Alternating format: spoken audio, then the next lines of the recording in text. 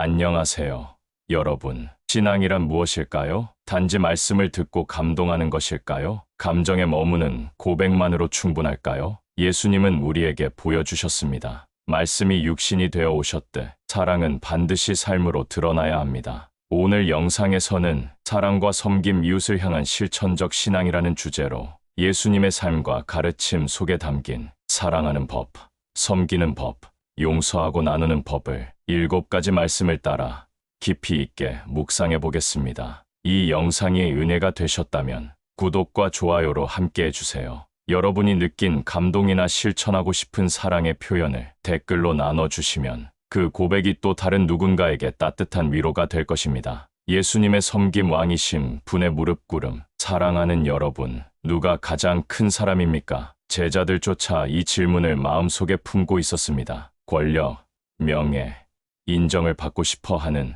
인간의 본성은 예나 지금이나 같습니다. 그러나 예수님은 그 질문에 대해 뜻밖의 방식으로 답하셨습니다. 요한복음 13장. 예수님께서 잡히시기 전날 밤 최후의 만찬 자리에서 예수님은 갑자기 일어나 겉옷을 벗고 수건을 허리에 두르십니다. 그리고는 제자들의 발을 하나하나 씻기십니다. 제자들은 당황합니다. 특히 베드로는 이렇게 말합니다. 주여, 주께서 내 발을 씻기시나이까? 요한복음 13장 6절. 그럴 수밖에 없었습니다. 발을 씻는 일은 종이 하는 가장 낮은 일이었기 때문입니다. 그런데 그 일을 하늘과 땅의 주인이신 예수님께서 하신 것입니다. 그리고 예수님은 제자들에게 이렇게 말씀하십니다. 내가 주와 또는 선생이 되어 너희 발을 씻었으니 너희도 서로의 발을 씻어주는 것이 옳으니라. 요한복음 13장 14절. 사랑하는 여러분, 예수님의 섬김은 단지 겸손의 모범이 아니라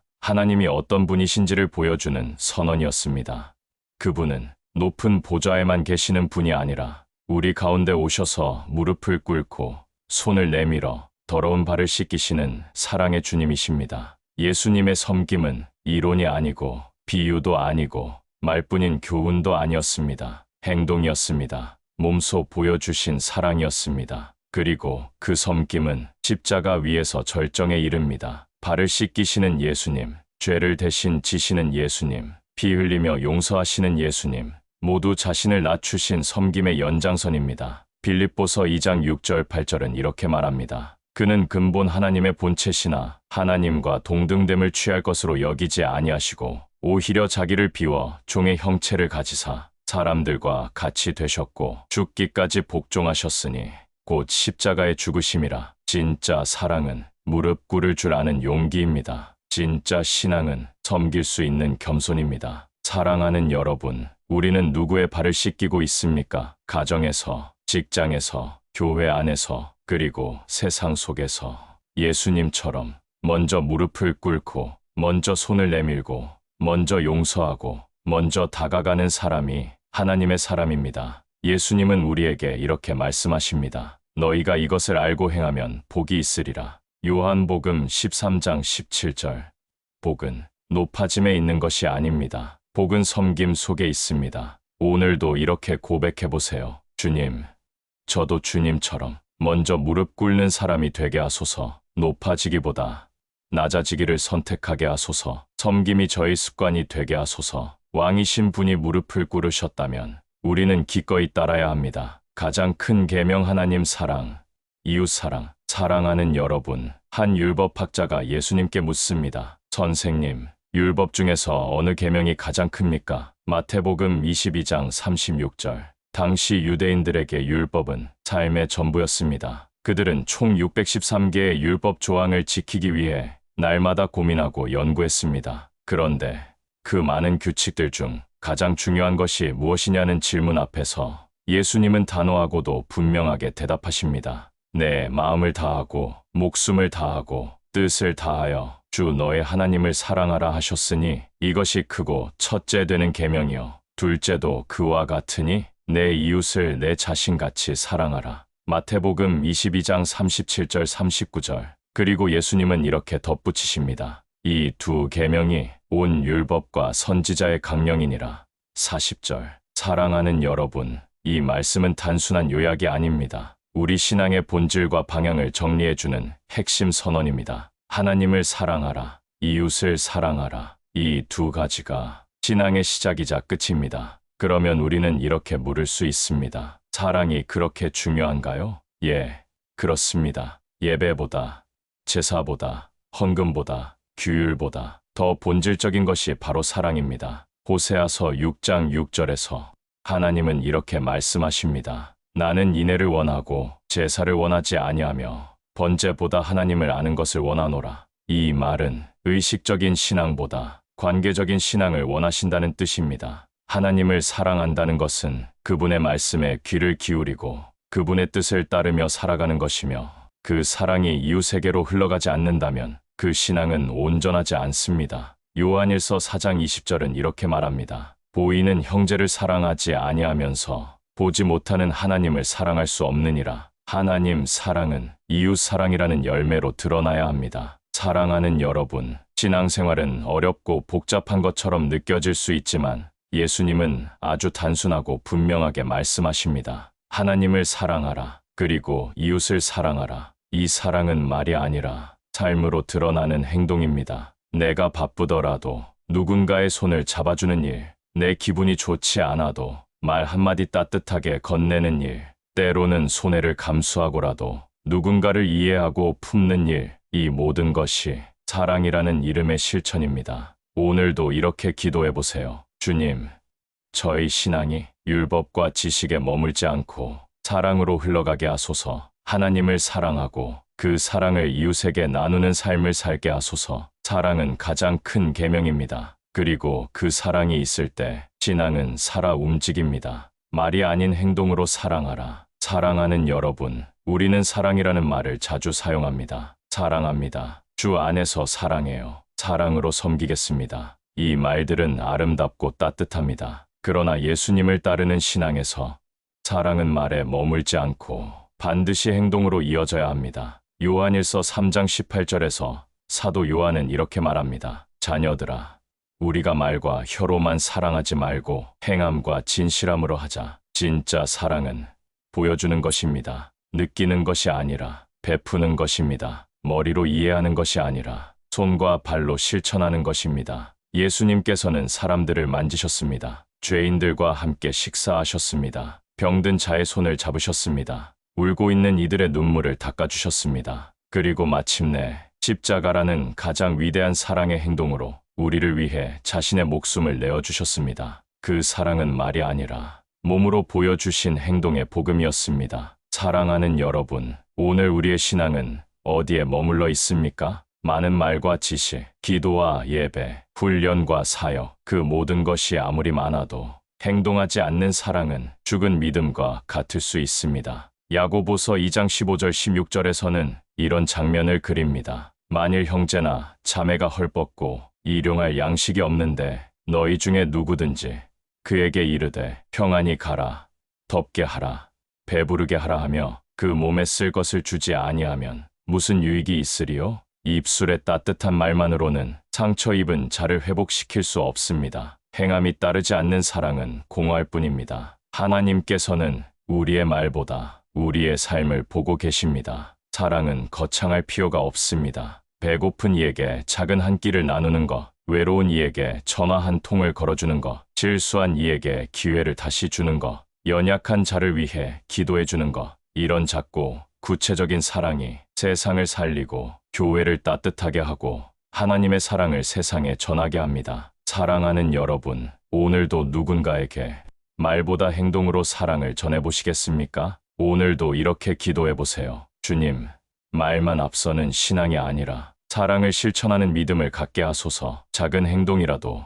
주님의 마음으로 하게 하소서. 저를 통해 누군가가 주님의 사랑을 경험하게 하소서. 사랑은 말로만 하는 것이 아닙니다. 행함과 진실함으로 오늘 누군가의 삶에 닿아야 합니다. 섬김은 나를 비우는 데서 시작된다. 사랑하는 여러분, 섬김이란 무엇일까요? 우리는 때로 섬김을 남을 돕는 행위로만 생각하기 쉽습니다. 하지만 진정한 섬김은 단순한 행위가 아니라 자기를 비우는 내면의 태도에서 시작됩니다. 빌립보서 2장 3절부터 8절까지의 말씀을 보면 예수님의 섬김이 어떻게 시작되었는지 알 수 있습니다. 아무 일이라든지 다툼이나 허영으로 하지 말고 오직 겸손한 마음으로 각각 자기보다 남을 낮게 여기고 너희 안에 이 마음을 품으라. 곧 그리스도 예수의 마음이니 자기를 비워 종의 형체를 가지사 사람들과 같이 되셨고 자기를 낮추시고 죽기까지 복종하셨으니 곧 십자가의 죽으심이라. 빌립보서 2장 3절 8절.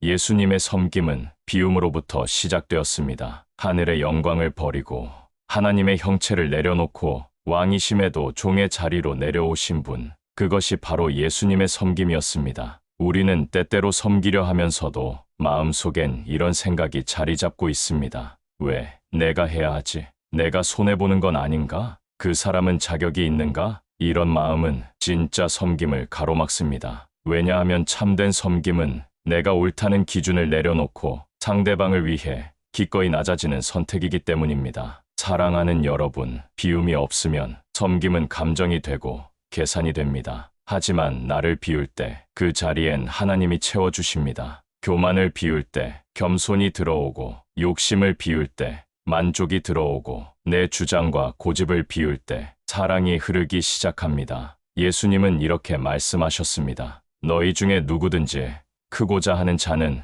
너희를 섬기는 자가 되어야 하리라. 마태복음 20장 26절.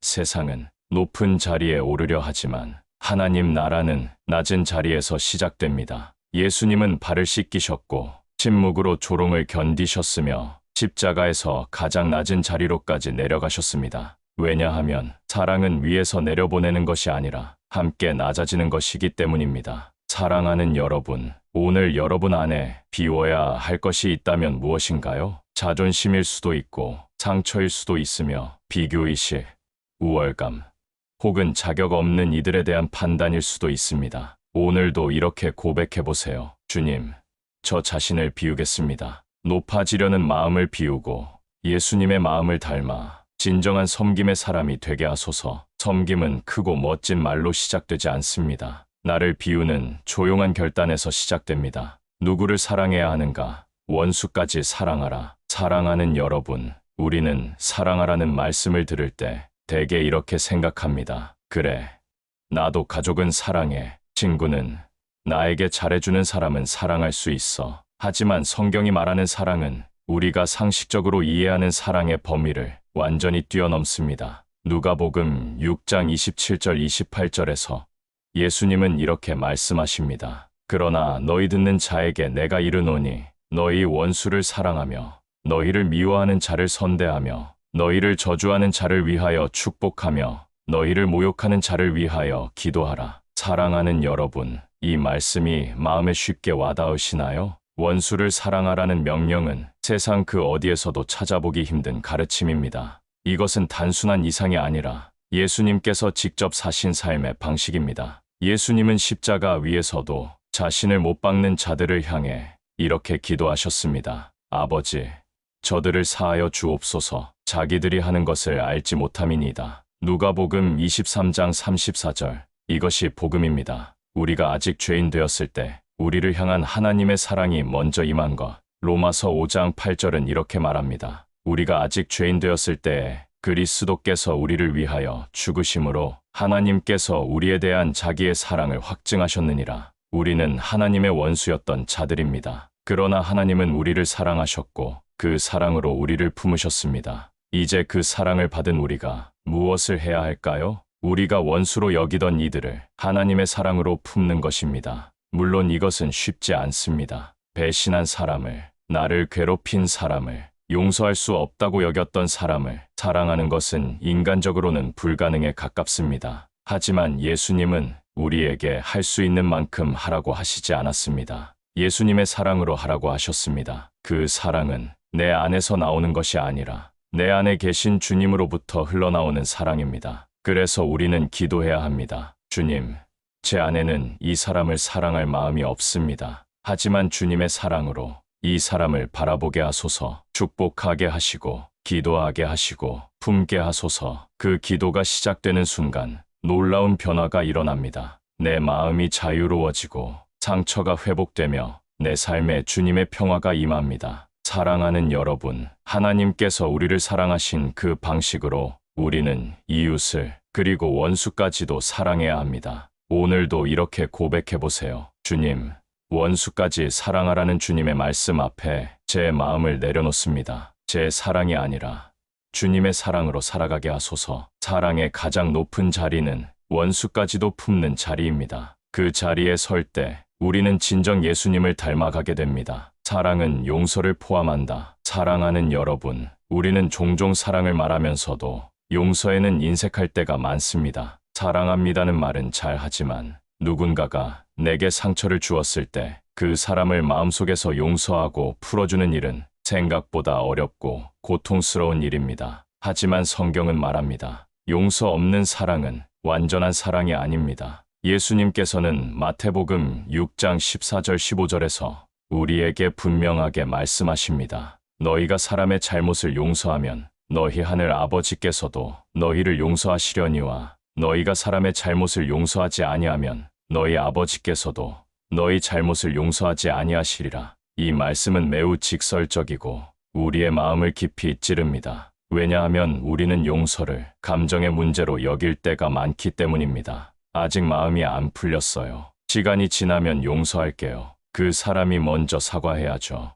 하지만 성경은 용서를 감정이 아니라 믿음의 선택으로 보라고 말합니다. 예수님은 십자가 위에서 자신을 조롱하고 못 박은 사람들을 향해 이렇게 기도하셨습니다. 아버지, 저들을 사하여 주옵소서. 자기들이 하는 것을 알지 못함이니이다. 누가복음 23장 34절. 그 기도에는 분노도 조건도 거리낌도 없었습니다. 오직 사랑과 용서가 담겨 있었습니다. 예수님은 먼저 용서하셨고 그 용서가 우리의 구원과 회복의 길을 열었습니다. 사랑하는 여러분, 우리는 예수님의 용서를 받은 사람들입니다. 그 은혜를 기억한다면 우리도 누군가를 용서하지 않을 수 없습니다.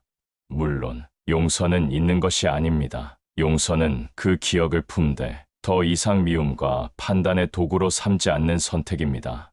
용서는 상대방을 위한 것이기 이전에 내 마음의 자유를 위한 영적 결정입니다. 마음속 깊은 분노와 상처를 주님께 내어드릴 때 우리의 내면은 비로소 회복되기 시작합니다. 누군가를 미워하고 있을 때 기도가 막히고 예배가 메마르고 관계가 피곤해지는 이유는 용서하지 못한 마음이 우리의 영혼을 붙잡고 있기 때문입니다. 사랑은 용서하는 데까지 나아가야 비로소 온전해집니다. 오늘도 이렇게 고백해보세요. 주님, 저도 용서받은 사람임을 기억합니다. 제 마음속 미움과 상처를 주님께 드립니다. 감정이 따르지 않아도 믿음으로 용서를 선택하겠습니다. 저를 자유롭게 하소서. 용서는 사랑이 가야 할 마지막 길입니다. 그리고 그 길 끝에는 하나님의 은혜와 평안이 기다리고 있습니다. 세상을 향한 교회의 사명, 나눔과 실천. 사랑하는 여러분, 교회란 무엇일까요? 예배당이라는 건물, 찬양과 설교가 있는 공간, 말씀을 배우는 모임. 물론 모두 맞는 말입니다. 하지만 성경은 교회를 하나님의 사랑이 드러나는 공동체, 세상을 섬기는 빛과 소금으로 정의합니다. 사도행전 2장 44절에서 47절까지를 보면 초대교회의 모습을 이렇게 소개하고 있습니다. 믿는 사람이 다 함께 있어 모든 물건을 서로 통용하고 또 재산과 소유를 팔아 각 사람의 필요를 따라 나눠주며 하나님을 찬미하며 또 온 백성에게 칭송을 받으니 주께서 구원받는 사람을 날마다 더하게 하시니라. 초대교회는 많은 설교를 한 교회가 아니라 많이 나누고 많이 섬긴 교회였습니다. 그 사랑과 섬김이 사람들의 마음을 움직였고 세상의 관심을 끌었으며 하나님의 복음을 눈에 보이게 했습니다. 오늘날 교회는 어떠한가요? 수많은 말씀과 프로그램, 예배와 집회가 있지만 정작 세상은 교회를 향해 이런 질문을 던집니다. 그 많은 말들 속에 실천은 어디에 있습니까? 사랑하는 여러분, 교회는 사랑을 말하는 곳이 아니라 사랑을 실천하는 곳이 되어야 합니다. 배고픈 자에게는 음식으로, 외로운 자에게는 따뜻한 관심으로, 낙심한 자에게는 격려의 말로, 아픈 자에게는 함께 울어주는 마음으로 교회가 세상을 향해 예수님의 마음으로 나아갈 때 그 섬김이 복음이 됩니다. 야고보서 2장 15절 16절에서 사도 야고보는 이렇게 말합니다. 만일 형제나 자매가 헐벗고 일용할 양식이 없는데 너희 중에 누구든지 그에게 이르되 평안히 가라, 덥게 하라, 배부르게 하라 하며 그 몸에 쓸 것을 주지 아니하면 무슨 유익이 있으리요? 진짜 신앙은 말로만 위로하지 않고 삶으로 함께하는 것입니다. 하나님은 우리가 큰 일을 하기를 원하시는 것이 아닙니다. 작더라도 진심이 담긴 사랑의 실천을 기뻐하십니다. 교회는 예수님의 발자취를 따르는 공동체입니다. 예수님은 말씀하셨습니다. 내가 배고플 때 먹을 것을 주었고 목마를 때 마시게 하였고 나그네 되었을 때 영접하였고 마태복음 25장 35절. 그리고 덧붙이십니다. 너희가 여기 내 형제 중에 지극히 작은 자 하나에게 한 것이 곧 내게 한 것이니라. 마태복음 25장 40절. 사랑하는 여러분, 오늘날 세상이 진짜 교회를 보고 싶어 합니다. 사랑을 말하는 교회가 아니라 사랑을 살아내는 교회를 원하고 있습니다. 오늘도 이렇게 기도해 보세요. 주님, 저희 공동체가 말에만 그치는 신앙이 아니라 삶으로 사랑을 실천하는 교회가 되게 하소서. 세상 속에서 주님의 향기를 드러내는 교회다운 교회가 되게 하소서. 말씀을 전한 만큼 사랑을 실천하는 교회가 진짜 복음을 전하는 교회입니다. 사랑하는 여러분, 예수님은 우리에게 사랑하라고 말씀하시지 않고 직접 먼저 사랑하셨습니다. 섬기라고 명령하시기 전에 제자들의 발을 씻기셨고 우리를 위해 생명을 주셨습니다. 진짜 신앙은 말로만 하는 고백이 아니라 삶으로 드러나는 순종과 실천입니다. 오늘 이 말씀이 여러분의 가정과 일터, 관계 속에서 작은 사랑의 씨앗으로 뿌려지기를 소망합니다. 영상이 마음에 닿았다면 구독과 좋아요로 함께 해주세요. 그리고 여러분이 실천하고 싶은 사랑의 이야기를 댓글로 나눠주세요. 여러분의 사랑이 세상을 바꾸는 시작이 될 수 있습니다.